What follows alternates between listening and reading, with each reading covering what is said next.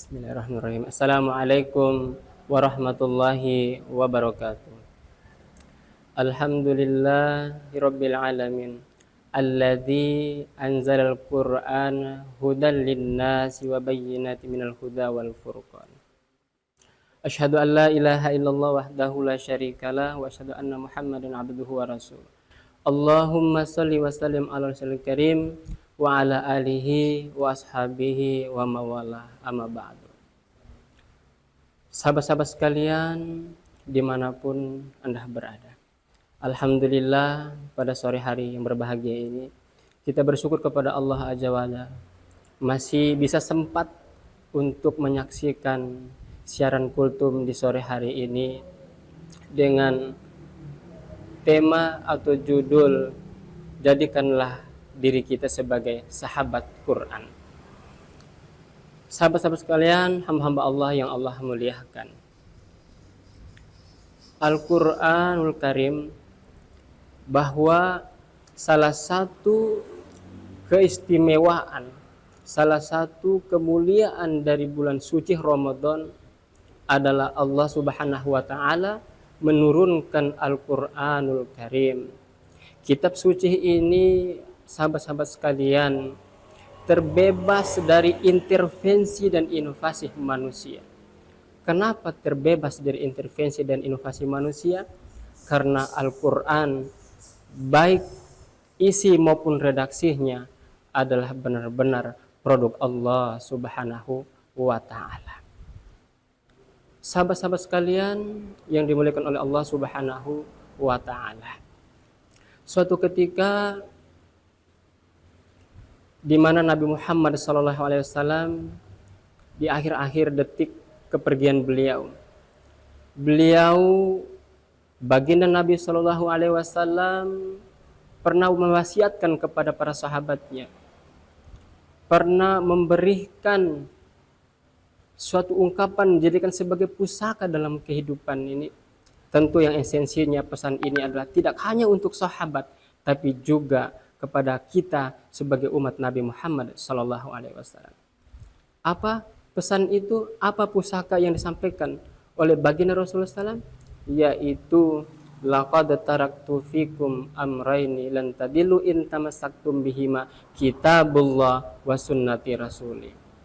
Para pemirsa, sahabat-sahabat sekalian, hamba-hamba Allah yang Allah muliakan, baginda mengatakan lewat lisan yang termuat dalam hadis tadi bahwa ada dua pusaka, ada dua hal yang kutinggalkan kepada kalian, di mana kalian apabila berpegang teguh kepadanya, keduanya, maka kalian tidak akan pernah tersesat selama engkau berpegang kepada kedua. Apa yang pertama?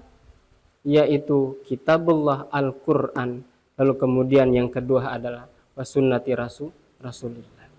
Sahabat-sahabat sekalian, hamba-hamba Allah yang dimuliakan oleh Allah Subhanahu wa Ta'ala, orang yang terbaik itu adalah mereka yang senantiasa menjadikan diri mereka sebagai sahabat Al-Quran dalam kehidupannya. Mereka belajar Al-Quran, lalu kemudian mereka menyampaikan apa yang telah mereka belajarkan, apa yang telah mereka bacakan. Khairukum man ta'allamal Qur'ana wa 'allama. Kata Nabi, sebaik-baik kalian adalah orang yang belajar Al-Qur'an dan juga mengajarkan kepada yang lainnya. Sahabat-sahabat sekalian yang dimuliakan oleh Allah Subhanahu wa Ta'ala, tentu ada banyak sekali hadis-hadis Nabi yang menyampaikan atau berkaitan dengan fadilah-fadilah keberuntungan bagi orang-orang yang senantiasa menjadikan Al-Quran sebagai sahabat mereka dalam kehidupan. Orang-orang yang senantiasa membaca Al-Quran dalam kehidupannya. Coba kita perhatikan hadis yang pertama, yaitu baginda menyampaikan aqra'ul Qur'ana fa innahu ya'ti yaumal qiyamah syafi'an li ashabi. Dikatakan bahwa orang yang membaca Al-Quran maka pada hari kiamat nanti Al-Quran akan datang kepadanya. Untuk apa datang? Yaitu syafi'an li ashabi, untuk memberikan syafaat, pertolongan, perlindungan bagi orang-orang yang senantiasa membaca Al-Quran, bagi mereka yang senantiasa menjadikan Al-Quran sebagai sahabat dalam kehidupan. Kemudian di beberapa liter hadis yang lain menjelaskan bahwa man qara harfan min kitabillahi falahu hasanah wal hasanatu bi asyri amsalihha la aqulu alif lam harfun walakin alimun harfun walamun harfun wa mimun harfun. Di sana dikatakan bahwa siapa yang membaca satu kitab dari kalamullah, kitabnya Allah, Al-Quran, maka dia akan diberikan satu kebaikan.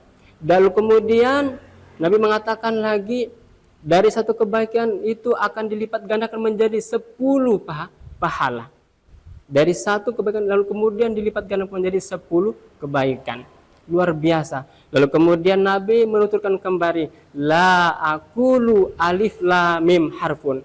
Nabi mengatakan bahwa aku yang dikatakan 10 kebaikan itu bukan alif lam mim satu kata 10 kebaikan, tetapi bukan walakinna alimun harfun, itu yang akan mendapatkan 10 kebaikan, walamun harfun, lam itu 10 kebaikan, dan mim itu adalah 10 kebaikan. Coba bayangkan hadirin yang berbahagia, Al-Quran 30 juz, lalu kemudian 114 surat, lalu kemudian 6.666. Kalau dalam mazhab Imam Syafi'i mengatakan bahwa huruf dalam Al-Quran itu sebanyak 1.027.000. Kalau kita menghatamkan Al-Quran pemirsa dalam satu kali, maka kita sudah mendapatkan pahala sebanyak 10.027.000. 10 kebaikan lalu kemudian dikali 1.027.000 akan menjadi 10.027.000 kebaikan atau pahala di sisi Allah Subhanahu wa taala. Hanya dengan mudah untuk mendapatkan pahala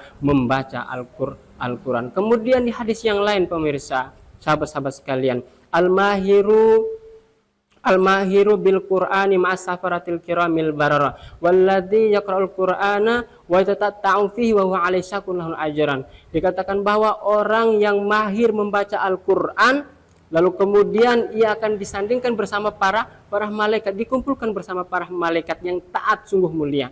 Lalu kemudian bagi mereka walladzi yaqra'ul Qur'an wa yatata'u fihi wa huwa alaihi syakun ajran, bagi mereka yang masih terbata-bata tetap diberikan ganjaran pahala 2. Oleh karena itu hadirin sahabat-sahabat sekalian yang dimuliakan Allah Subhanahu wa taala, momentum Ramadan ini yang dimana dikatakan bahwa akan dilipat gandakan pahala oleh Allah Subhanahu wa taala bagi seseorang yang senantiasa memperbanyak amal soleh di bulan suci Ramadan. Jangan jadikan Al-Quran sebagai hiasan di rumah, tetapi orang yang menjadi penghuni rumah itu adalah orang-orang yang penggemar membaca Al-Quran, sehingga nanti insya Allah suatu hari nanti aqra'ul Qur'ana fa innahu ya'ti yaumil qiyamah syafi'an li ashabi, akan datang pada hari kiamat untuk memberikan syafaat bagi orang-orang yang senantiasa menjadikan Al-Qur'an sebagai sahabat dalam kehidupannya. Hadirin sahabat-sahabat sekalian yang dimuliakan oleh Allah Subhanahu wa taala, demikianlah kultum singkat yang saya bawakan pada kesempatan ini yang bertemakan tentang fadilah Al-Qur'an, menjadikan Al-Qur'an sebagai sahabat dalam kehidupan kita. Mudah-mudahan bermanfaat dan menjadi ilmu pengetahuan bagi kita untuk melakukan amal-amal soleh selanjutnya. Saya akhiri, selamat berbuka puasa. Semoga amal ibadah kita diterima oleh Allah Subhanahu wa taala. Amin ya rabbal alamin. Wallahul muwaffiq ila aqwamit thoriq. Assalamualaikum warahmatullahi wabarakatuh.